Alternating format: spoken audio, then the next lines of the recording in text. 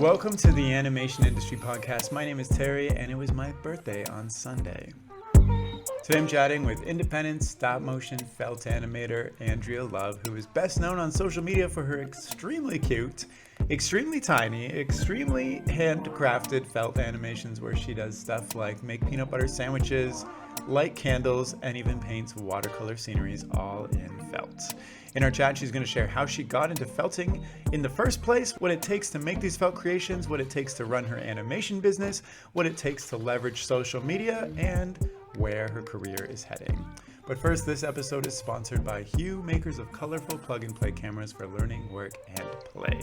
Originally designed for teachers, Hue cameras can also be used for creative activities such as capturing hand-drawn pencil tests and shooting behind-the-scenes footage, time-lapse videos, and stop-motion animation. Their cameras have flexible, posable necks, manual focus controls, and they're compatible with Dragonframe, OBS, Twitch, Zoom, and many other camera apps. Visit huehd.com to learn more, and follow @HueCameras on social media for news, fun, and giveaways. And of course, as always, get 10% off any Hue product from huehd.com with code 10TerryAIP. And I've included all these details in the description of this chat, so please go check them out. And now, without further ado, let's jump in. Hello, Andrea. How are you doing? Thanks for coming on the chat. Thanks, Terry. I'm doing great. Great. I'm excited to chat with you because I've been following you for quite some time and seen you blown up on social media. And I'm also interested in how many times you've pricked your fingers needle felting, because I stabbed my thumb really bad once. Yeah. And it went deep, and it's a it needle. hurts. It does. Yeah, it's probably almost a daily occurrence for me. Yeah. Do you have any tips on like yeah, no, it's just part of the process. But yeah, my fingers have toughened up a little bit. It's the worst when you get it stuck in there and then it just kind of like stays in there and you have, and it just sort of you got those little barbs in there too, so that can be a little tricky. You got to take out insurance on those fingers. Yeah, it's true. Not gonna lie, I've thought about that before. Like if I lose a hand or something, like my career is over basically. It is, yeah. I used to garden a lot, and now I am very hesitant to get too much dirt under my fingernails because it's kind of hard to clean up all of that and make it look pretty for the camera. Yeah, for sure. Okay, yeah, because your hands are often on camera too, and you want to have nice hands. Okay, Exactly. so let's roll it back a bit. You weren't always into needle felting, but you went to school for arts and visual. Yeah, I went to school I was really interested. I loved movies. I wanted to work in film somehow. I was doing sort of a film studies course, which was not very hands-on, but more like reading and writing and stuff like that. And then I would just kind of do these little experiments in my dorm room. This school that I went to didn't have any kind of a stop motion curriculum, so I was kind of left to my own devices. But it was a very sort of self-motivated school where you could choose, your very niche area of study and just, focus on that. So you already knew you wanted to do stop motion before school, or you're interested in it? I got interested in stop motion sort of end of high school. And so I was interested, but I didn't know how. Yeah. I was a video store clerk in my hometown of Durham, North Carolina, and I watched tons of movies. At like Blockbuster or something? Yeah, well, it was a mom and pop operation. It was called Avid Video, and it was like my dream job when I was a kid. I was like, when I'm a teenager, I want to work at Avid Video. And so, yeah, I spent my teenage years renting out movies and knitting behind the counter. So that was my first sort of foray into fiber arts, as I learned how to knit. And so I'd be knitting sweaters and stuff while I was watching Elvis movies.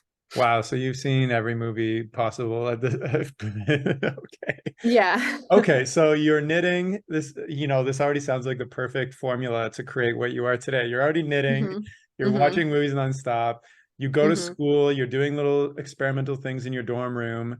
Did you, when you graduated, how did you enter the industry? Like, how did you start making money? What did you go right away Yeah. into like I didn't independence? go right away. I didn't really have the confidence to pursue animation full time. I really didn't want to move to a big city, so I didn't really see any opportunities for me. This was pre-social media and everything. So I just kind of assumed it was a hobby and went about my life as a organic farmer.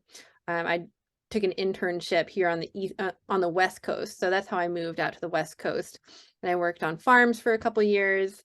And then on the off seasons, you know, I'd I made some connections in town and they were like, we've seen these cute little videos you've done. You know, we'd love for you to make something like this for us. And so that kind of started my like uh freelance business, but it was very Wait. So you're just casual, you walking know. around town and people are like small businesses are like, "Hey, Andrea, Yeah.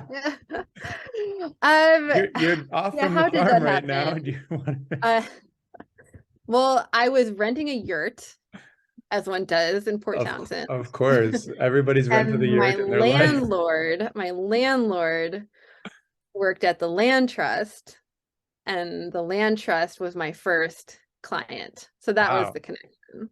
So And we really, didn't even talk about, they were like, oh, could you make us a video? And I like worked on it for months. We didn't even talk about what what the price was going to be. I mean, it was very casual. I was like, someone wants me to make a video. Okay. fun.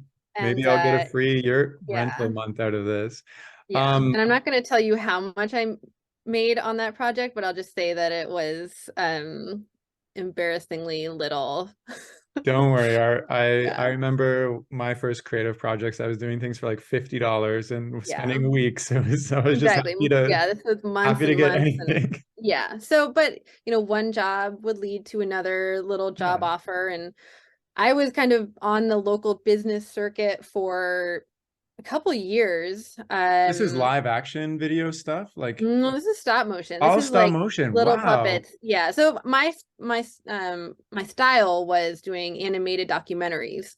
Yeah. So I would, About you know, this harpsichords and business would be like, things. we want to tell this story. So I get my audio recorder, get some tracks, edit it together, and then make puppets and have the puppets speaking the lines and then do a little bit of B-roll animation as well. So I'd say it was a pretty simple way of doing it at the beginning. And I was also animating at like 8 frames a second. You know, I was not striving for technical excellence. It was more, you know, homegrown sort of stuff. I think this is incredible that there was actually demand for videos like this uh where you were.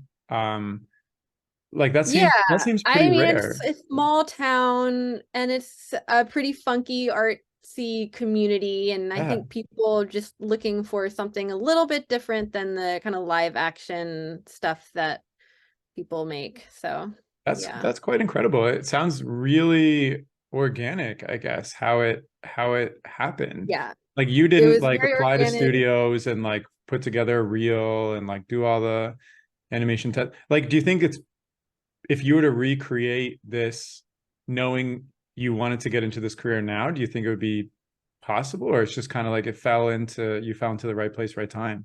I mean, I think the thing here was that I wasn't making like a livable income off of these videos. I think one would need to maybe charge a little bit more or, you know, just be more financially literate. I mean, I was in my early 20s. I was living Yeah, in a yeah. barn, you know, like that sort of thing. Living in a barn. Um, and I think um if I was going to do it all again, I probably would have gone to art school and actually gotten an education in this area rather than Yeah. teaching myself everything over the course of a decade. But I mean, your style and where you've ended up now it very much is a result of teaching It yourself is. This is true. everything. Yes. I think Because so. What kind of happened was I was doing all these projects for local businesses, and then I kind of realized like there's if I'm trying to get to the next level where I'm, you know, beyond these local businesses, yeah, I need to find a way to stand out or differentiate my work because these larger brands aren't just going to go to a random 20-something-year-old girl making, animation in her bedroom to do some big commercial. So I kind of realized that I had to find my like artistic angle that Mm. was different. And that's why when I started focusing on the felt, it just made a lot more sense to me to go at it from that angle and just really specialize in that. Okay. So that was like, because I've seen your older stuff and there is a lot of felt already in it. Yeah. And Uh-huh. Yeah. So I was using felt to to needle felt the shapes of the puppet bodies, but then I would cover it up with pantyhose. And then at one point I was just like, I'm gonna take the pantyhose off and just see what I can do with the felt. And then because I also, it's such a fun, malleable yeah. material, I was starting to use it in my props and stuff. And then I just went all the way. So you didn't like know that felt was going to become like this huge social media thing that people just like crave and see and think is so fascinating. It was more of like how you were already building puppets and you were just kind of you were taking the pantyhose off. Yeah, I had to take the pantyhose off to fully realize the potential. But No, I so okay, so when I was the first thing that happened was I was finding a niche with woodworking. Actually, I did a lot of woodworking projects early on. It was like the woodworking school. I did a animation for a kind of famous woodworker here in town as well. So I was getting attention on social media for that at the very beginning, but deep down I knew that it was not my passion, yeah. and that if people started knowing me for that specific thing, I just didn't know how long I could continue on with it. But then as soon as the fiber came on to the scene, that's when I was like I could do this forever. Like I Wow. could, not only do I like it from an animation standpoint, but I like doing it as a craft.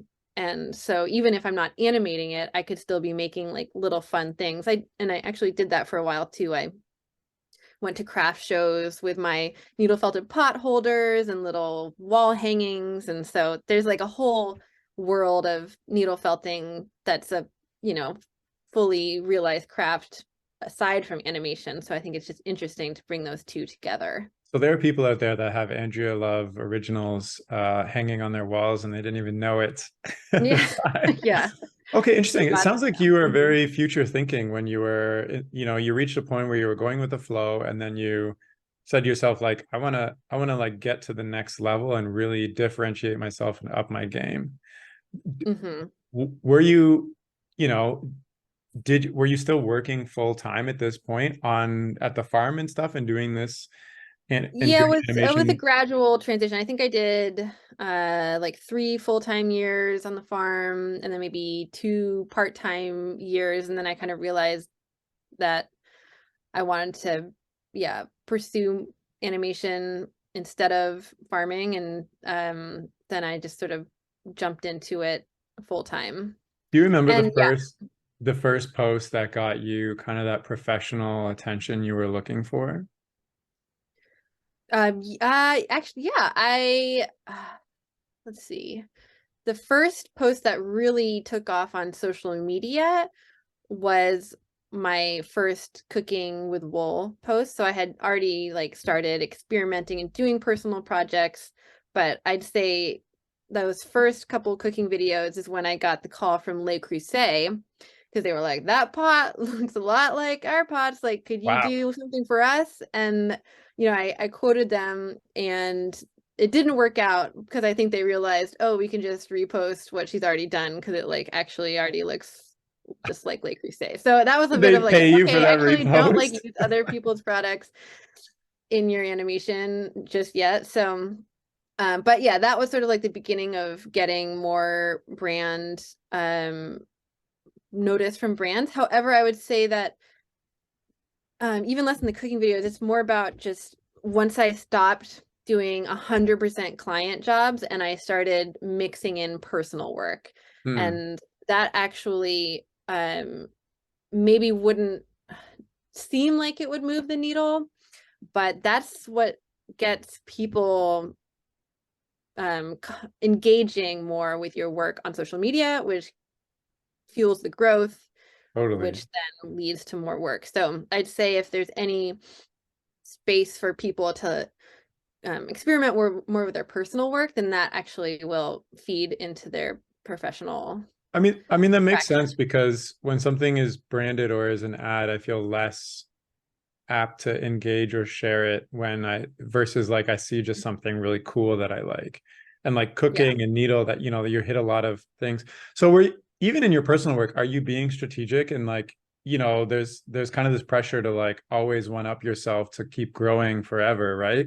Are you being strategic when you are like thinking of a creative personal idea or just like today I'm going to animate sharpening a pencil or like today I'm going to animate like Well, yeah, I mean, today, sharpening a pencil, that definitely was a strategic move. And just sort of like after years of doing this, I have a feeling about what people will respond to. yeah, And so I'm definitely thinking like, what will people respond to? What do I want to animate? What is going to look really cool? What's going to be sort of understandable across languages? yeah. Um, and what's not going to take forever. So I think that's the other part of social media animating is just like finding projects that instead of working on something for 2 months, you're working on something for 2 days, 2 weeks. I feel like it's just really nice to have an output where you don't have to like sell your soul for months and months to do it. Yeah, for sure. Interesting. This reminds me of a chat I had with Kevin Perry where his intention with his personal social media work was to create things that brands could see themselves putting their product in. So like, yeah, I don't know, for example, like animating Yeah, a I mean, tennis I definitely ball. remember hearing him say that. I don't know if it was your podcast or a different one, but Oh, I maybe was it was like, my oh podcast. yeah, I mean, that makes a lot of sense. And I do feel like when you look at the aesthetic of my page, it's gotten a little bit more, I don't want to, I mean, just a little more slick, a little bit, bright colors and eye poppy things. And um, yeah, you have to figure out what's going to actually look good in the vertical screen. Yeah. Like you can't be too busy. It's like completely different from planning a short film like Tulip, where it's like just beautiful landscapes and puppets. Like when I put puppet stuff on social media, it doesn't usually do as well as stuff that uses my hands. So yeah, I'm just gonna like been trying a lot of different things over the years and um Do yeah, you, but there's always the element of surprise too. So you just, when people are expecting one thing, you got to give them something else that they had no idea that was even an option. And then that can also help fuel the growth. I mean, that sounds like a lot of thinking. One thought I had was, do you feel disappointed that stuff like Tulip doesn't get as much traction as blowing like the kitchen stuff because Yeah, like for the amount of sure. effort you put into creating a short film with story and characters and like the whole landscapes you did and everything with water, etc. Like Yeah, the I effort mean, is like a hundredfold. that's a it's definitely disappointing to see that kind of stuff doesn't work as well on social media, especially yeah after working for over a year on that project. And I think it's just a completely different venue and different audience Hmm. to be going to film festivals. And unfortunately Tulip was released during COVID and all the film festivals were remote, so I didn't even get to network with other people during that process.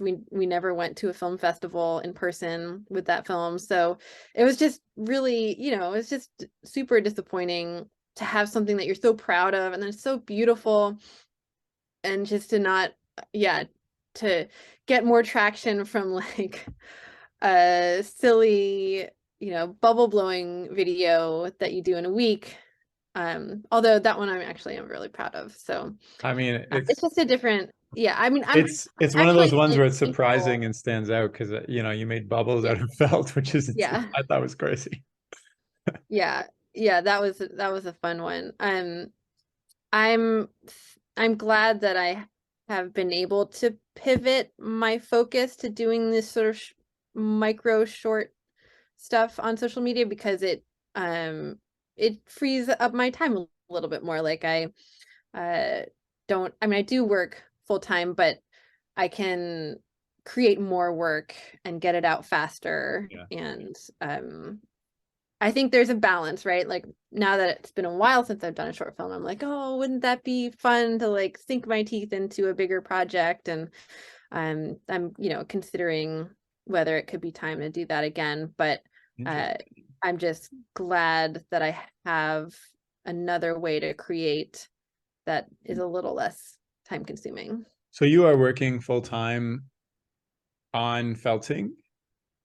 Yeah, mostly on branded content. Wow. And that's where the money comes from for at least like the type of work that I've been doing recently. It's yeah, I'm very used to like getting approached by the social media department of X and X brand, and then, you know, they want a TikTok post that's 15 seconds long, and can you do it in the next couple months? And like that kind of thing is has been really fruitful for me in the last couple of years. Nice. Does that mean you have an agent or representation or? Yeah, I do have representation. I'm represented by Hornet Animation in the States and Canada, and then in the UK and Europe, I'm represented by Curate Films. So when an inquiry comes in, depending on where it's coming from, they'll sort of vet the clients and just kind of have the initial discussion. And then if it's something I want to move forward with, we'll get on a Zoom call. And then, you know, then we chat, you know, budgets and scope and creative. And then, yeah, if it's like a 15-second Instagram or TikTok post, I'll usually have like about a month to get it done from pre-production to post-production. So there's like the storyboarding and client approvals and fabrication, animation, sound design.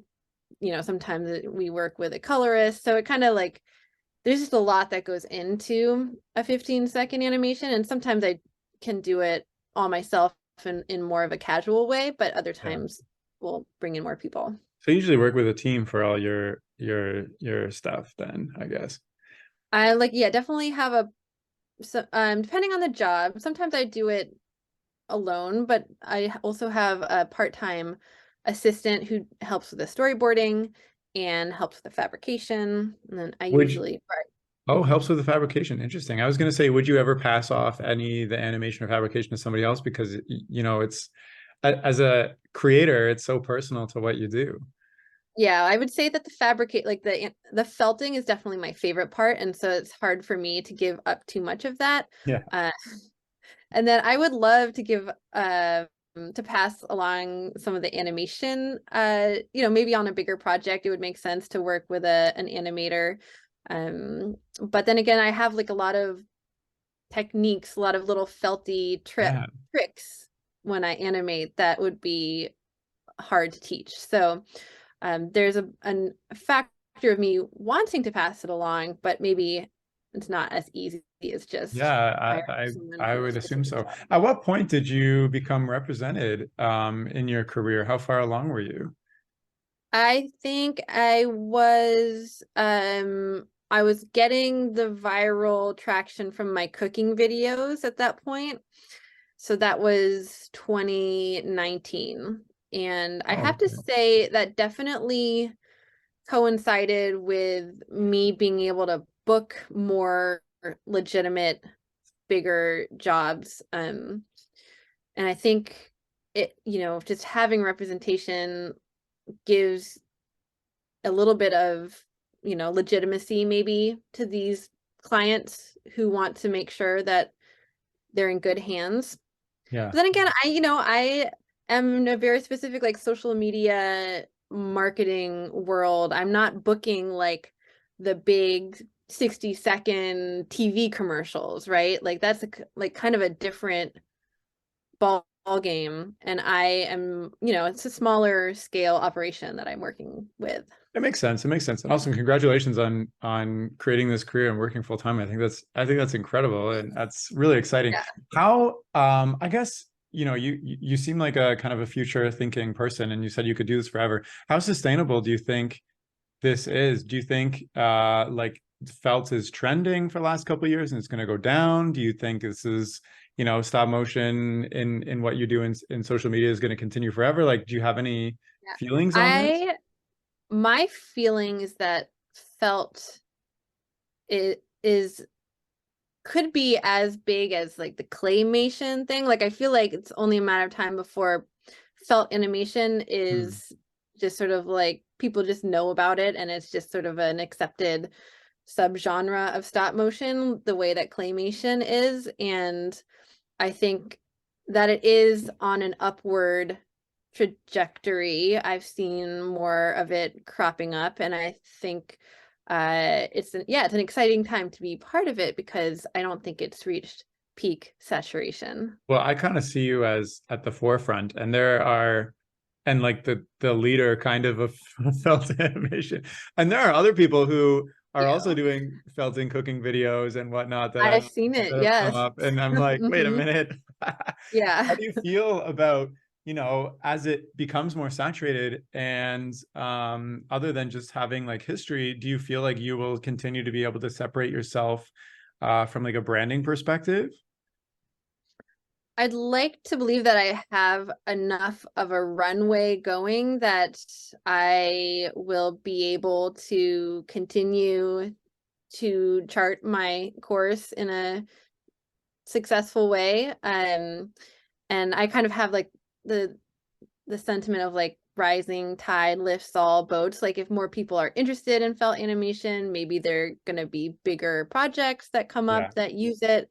And so I'm trying not to be like, no, I have it's all mine. Like I as part of also teaching this course, this domestic course is Right, wanting right, to right. just kind of invite more people to try it and see what they think of it. And then they realize that it's really hard. They're like, Yeah. maybe I won't do it. Yeah, I feel like half of like everybody wants to try stop motion until they actually do it, and then a And they're good like, chunk of actually, this people are is like, nope, not for me. excruciating. Yeah. I'm wondering, I get this question all the time, both in my professional life and just like casual life. CG animation, and my stance is always like, stop motion, the imperfections and the materials and everything has a greater connection with the audience than CG I think will ever. But CG is getting better and better. Do you have any fears that, there are artists who do felt animation in CG that I've seen? Do you have any Oh, fears or comparisons when you see that? Or do you think when people see their work, they know instantly what it is?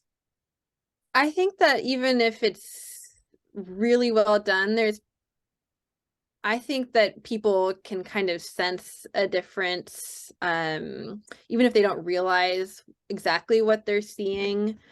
Um, I, yeah, I remember when like Trolls came out and I was like, look, there's like a CG movie where they're trying to do everything out of fur Yeah. and that's what it looks like. And it's so different from what my work looks like. So Yeah, yeah.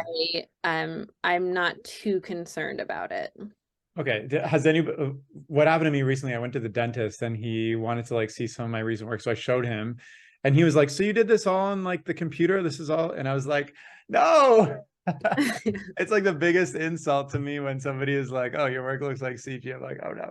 Has anybody ever used your work for computer generated content? I think some people have, but that's on them, and Yeah. that's yeah, that's more That's on to say them. about them. Yeah. So, okay, so then what is the next step for you in this career? You're doing the social media thing, you have millions of followers over multiple platforms. Are you gonna like, is it to keep playing the social media game? Like now that Threads come Yeah, out and like other good platforms question. are launching, like, I am not I'm not a huge social media user personally. Like I don't hmm, have a personal social media page and I'm only on those platforms to share my work. So I definitely kind of see the others, the dark side of social media, right? We've all seen that happen and it's not all great. So I I like where am right now, but I can't imagine that I'll still be playing the sort of like brand gigs, in the next decades, right? Like I think that it's working really well now, and I'm not really sure what the future holds. But you know, it's so easy to be like, I want to scale up from here, I want to scale up from here. But I reached this place maybe a year or two ago where I was like, actually, this is working really well for me. And I don't necessarily need to try and be like, what's the next big thing? And even, you know, even what I was doing was creating lots of growth on social media. So that's really great. But when I do the client jobs and it keeps me busy for a couple of months at a time, and then I'm not posting on social media, then I kind of see the numbers plateau. And then I just have to be okay with that and know that the way I use social media might be a little bit different from other people who make a living online where they're posting constantly. And I think that people are generally really understanding, and they know that stop motion just takes forever. So they're not expecting me to like be putting stuff out every week indefinitely. Oh, yeah. I mean, do you ever see yourself like working with somebody who would do the social media game? Like, well, I don't have millions of followers, but like I think I have like 6,000 followers, but they're all old followers. Like every time I post, I maybe get like 3 or 4 new followers, because it's just changed, you know, like before I'd post and I get 2,000 new followers. Oh, really? Yeah. Instagram, and it's so hard to know. Like, yeah, TikTok, the growth on TikTok is really hard to predict. Sometimes, you know, I did like a couple weeks or like a month of personal projects and posted them over the course of a couple weeks and barely got any sort of, I mean, I got new followers, but I also lost a lot of followers. So you have to, yeah, it's just sort of like, it's that I sort don't of. understand the losing followers. Like somebody sees more of your work and they're like, this isn't what I Yeah, signed up for actually, to see. yeah, maybe I don't want to see this felt anymore. Yeah, Yeah. I was happy seeing it once. Yeah. Oh my Yeah. God. I think when you're dealing with such big numbers, there's probably like a fair amount of bots and just like That's fair. That's spam fair. That's fair. accounts. So does Is what that I mean you're think. like, you never look at your DMs or anything, or like don't even bother? I recently I have my assistant Michelle go through the DMs if I post something, and just to Oh, like see what's, you know, she'll find a brand in there that is trying to contact me, and she'll sort of makes like sense. Makes sense. get Makes them to sense. go to the right place. And yeah. So tell me a little bit more about behind the scenes of felting. Like I can see your studio right now. Is this where the magic happens? Are This is those where the magic bags and happens. bags Yep. of wool behind you? Yeah. Do you have a warehouse just filled? I mean, all your stuff is pretty small, actually. So, Yeah, no, I work very small, and that's on purpose because my studio, in you know, compared to other stop motion studios, is pretty small. So I have to find projects that I can do on a small scale. yeah. So like where do you get all your felt from? Like, is there like a supplier who Yeah, knows you just by yeah, name? I've got my herd of sheep out there. No, I was kidding. I order most all of it online. I have a couple companies that I like, Living Felt and Felted Sky. Yeah. Those are great places to order wool for needle felting. Okay. Okay. And yeah, I realize I have to have a lot of stuff on hand already because it's hard to start a job and then be like, oh, actually, I need this other color. Let me order it, wait a week. You know, I can't be waiting a Yeah. week for my colors to come in. I have to just have the inventory on hand. And so, yeah, go Makes from sense. Do there. you also, it doesn't look like it in a lot of times, but do you create like rigs or internal wires for your stuff? Yeah. A lot of, well, definitely for the puppets and stuff. Yeah. And then I do use like winders and rigging to suspend things on wire and then remove them in post-production. And yeah, like that bubble video, like Yeah, those of bubbles course. are, suspending on wire. And that's definitely the main post-production thing that I would be doing. Okay, I have a question for you because I recently just did a project where my characters were made out of yarn and felt, and I did use winders, and it was very, very difficult to remove them in post because the felt hairs that were in front of the winders, like the little metal arm and stuff, were so Mhm. fine that it like all the green screening, all the like photoshopping, like was very difficult. Do you have any tips for Yeah, I doing? mean, green screening felt edges Yeah. is notoriously difficult, and I never attempt to do that myself. I've always worked with post houses that do the green screening. Oh, so you send your Yeah, and stuff actually, to, yeah, I mean, this is like we're talking, larger commercial jobs. right, Tulip, right. for example, didn't use a single green screen. It was all um practical in camera. Wow, amazing. So yeah, so I definitely try and stay away from green screening when at all possible with the felt. So even like you, when you're suspending the bubbles, for instance, that's a wire, so that's super easy to like That's just a remove. Okay, wire. okay, okay. Yeah. Mhm. Interesting. Okay. Yeah, definitely the green screen situation with the fibery edges is Oh no, you very don't difficult. even have any tips for me. You're just No, like I send had it to just somebody else who knows what they're hired doing. out to someone who's really good at it. Yeah. But Okay. I mean, that I feel like there's like the standard tips of like make sure it's really evenly lit and Right, right, there aren't right. any wrinkles and stuff like that. But I But feel that's like just, felt is such you a know, toss up that it's like, and it like, and if you like erase that part, then it looks like this weird gap on the puppet where it's like all felty and cute, and then it's and like it's like meh. erased out. Yeah, I like to use the clone tool too when I'm Yeah, like yeah, yeah, fixing yeah, little yeah. I edges ended to up add doing a little lot of felty that. bits back. Yeah. Hmm. Interesting. Cool, cool, cool. Yeah. What's the But most yeah, I am lucky to be able to work with post houses that will remove wires and, do have you compositing. ever worked on like a professional shoot, like a TV shoot or commercial shoot with like puppets and things versus because it sounds like your career has been Yeah. entirely It's independent. yeah. I have never worked on a set that was not my own, except I went to Paris last year when I was doing some work for Hermes. Okay. And I got to work in a stop motion studio in Paris. Ah. And I was just like, whoa, the equipment is so big and everything's so amazing and official. And like someone like an assistant comes in and turns on the lights for me in the morning. Like what? Wait, why So did you have to go to Paris to work on that? Did they want you there? well, so I was already going to Madrid to film the Oh, Domestika class, and then Hermes was like, "We would love to see your setup and how you work." And they were talking about coming to my studio here in Port Townsend, and I was like, "Let me come to you instead."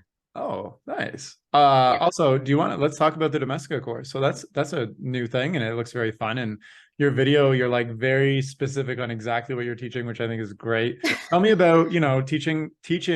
You've been doing this yourself, and you mentioned, some of the things that you do have been hard to teach for years now. What was the decision to start teaching others? Yeah, I mean, How I've did that go? always kind of stayed away from teaching because it made me nervous. I since I'm self-taught, I didn't know how to teach it or how Yeah. one would teach it. And so, and I just like was afraid of being on the camera and I hate listening to my voice, all of the normal Yeah, anxieties everybody that we feels that all way. feel. So, yeah, I would definitely didn't want to teach for a long time. And then Domestika contacted me and I checked them out and I was impressed at their production quality. Hmm. And they were saying that they wanted me to come to Madrid. So I was like, trip to Madrid. And this I get like to work with a whole production team that would film, edit, do all the stuff. So all I had to worry about was the course material. Wow. And so I thought, that if I were ever to teach, that would be how I would want to do it. And then I was like, I'm not getting any younger. Might as well just document this while I got it. Wow. Yeah. So how do you So, feel now that it's finished? And I think like 1,300 students have but already taken it yeah, or it feels whatever. good. I'm really happy with the reception. That's It's hard good. to know how many people would be interested in such a specialized topic. But yeah, I mean, and it was, I just wanted to figure out, like, could this be part of my sort of just sort of what I, one of the aspects of what I do. And it was a good experience. I am not sure that I'm going to make it like a main part of what I do, but I'm glad that I have it, and that now when people ask, do you have a course, I can say yes, I do.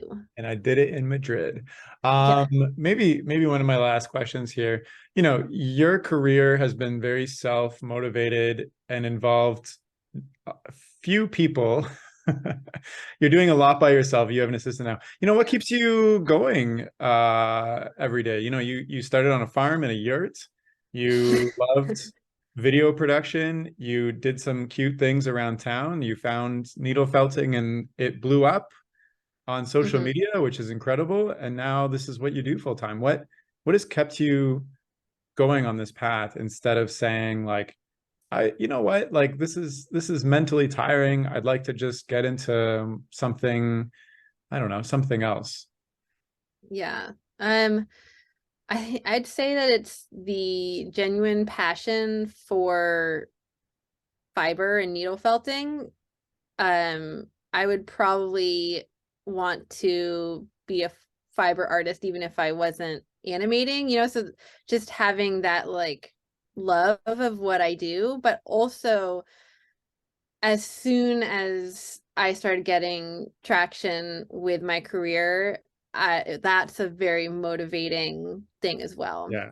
But there were a couple years there where I was like, this doesn't seem to be working. Like Huh. I'm, working so hard and making so little money, and like it shouldn't be this hard. And so just feeling that weight off my shoulders of like, okay, this is actually working. This is a really cool niche to be in. And yeah, I mean, I think that's what motivates me. So I was doing stop motion in high school and like producing stuff like crazy and putting it on YouTube and going to stop motion animation dot. This is before social media, stopmotionanimation.com, and like every place I could put online, and I wasn't getting any traction for anything I was doing. I did like 60 shorts, like I Oh got gosh. nothing, and like I went through years, and I didn't keep pushing through. I said, this isn't a thing. I'm going to business. So that's what happened to me. What kept you, what kept you pushing through when years went by and it was Uh, still difficult? Probably because I didn't know what else I would do. I Yeah. didn't really, yeah, I didn't really have any other plans. And I had a feeling that I was on the right track. Like it was like an intuition thing that if I just kept pushing, something would Interesting. happen. And um, yeah. That's Because I could really, feel like I felt the way that people responded to the work early on. yeah. And I knew it was more of an issue of, well, practice and building my skills, but also building the audience. So And you had positive feedback from, now you have millions of followers, but when it was tough, you didn't have millions of followers. So you had positive yeah, feedback from the people that were viewing yeah, the your work. community, yeah, the community around me, yeah, the local people who were following my work. And yeah, Interesting. there were people who would just be like, your work is gonna be big someday. And I'd be like, really? Just like hearing that, I'd be like, okay, yeah, like I do have something special to offer. And I just, oh, you know what else made me keep on going is that when I was in high school, I was in a girl band, and we were really, it was so fun, and just had the best time. And I remember, we tried and we tried and we tried to get our friends to the shows. It's just like, it was just an uphill battle, and then we just kind of gave up eventually. And Yeah. then social media came around, and I was like, man, if we had just like kept on going for just another year or two, like maybe we would have gotten past that like really difficult part. Interesting. So I just feel like this time when I was pursuing animation, I was just like, I'm going to get past that struggle part. So you already had a reference point in your mind where you were struggling and you felt like it could go further and the timing and stuff just wasn't right. So Yeah. you were projecting that on yourself to say like, I'm just going to keep pushing until something happens. Mm-hmm. Wow, Yeah. I think that's incredible. I think like to have that and the intuition and to like be confident in your intuition. Like I'm just remembering like when I was like younger and nobody was really understanding what I was doing. It was like kind of the opposite, but I was like doing it because I loved it anyways. And at some point I said, Mm-hmm. okay, I have to get serious because nothing is happening. Mm-hmm. Yeah. So, okay, interesting. So yeah, I was gonna, one of my questions was gonna ask, what if it didn't take off? Would you still be doing it? But Well, I think I would probably be pursuing my like my needle felting craft fair thing, yeah, in a different way. But I realized that there's only so much money you can make selling a physical item. I mean, maybe I'd go into like making patterns and that sort of thing, but if the animation didn't work out, I feel like I would probably still be in the fiber world, but just in a different way. So you found your thing and you were gonna figure it out regardless. Yeah. Cool. Well, I think that's really great. Looking back now, how, you're sitting here talking with me. We've talked about where you came from, everything. How do you feel now? I feel great. I day-to-day basis, sometimes I get burnout, Yeah. but most of the time I'm really happy about how everything has gone and just yeah, I mean, who knows what the next couple decades will present to me. 30 years from now, your fingers are gonna be Yeah. unrecognizable. Yeah. Oh my goodness, of course. Well, Andrea, I feel like I've picked your brain quite a lot, and I'm very happy with where you are too now. It's been super exciting to follow you and watch everything. Is there anything that we didn't talk about that you think would be important to share, or like, maybe somebody's listening and they're trying to follow their niche passion and in a similar light, and they're living in a yurt right now? Is there anything that you would talk about?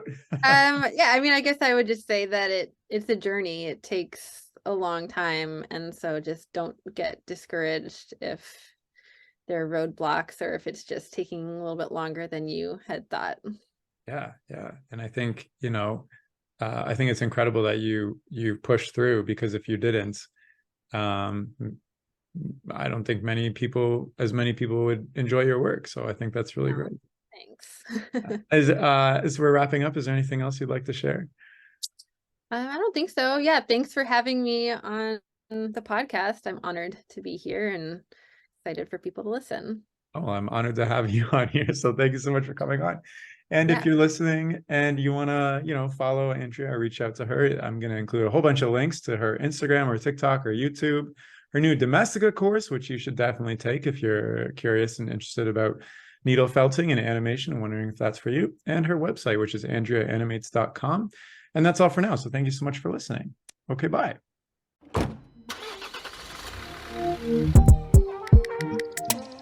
The music for this podcast was composed by Willem Mendo and the graphics by Luhan Wang. I encourage you to look them up if you've enjoyed their work.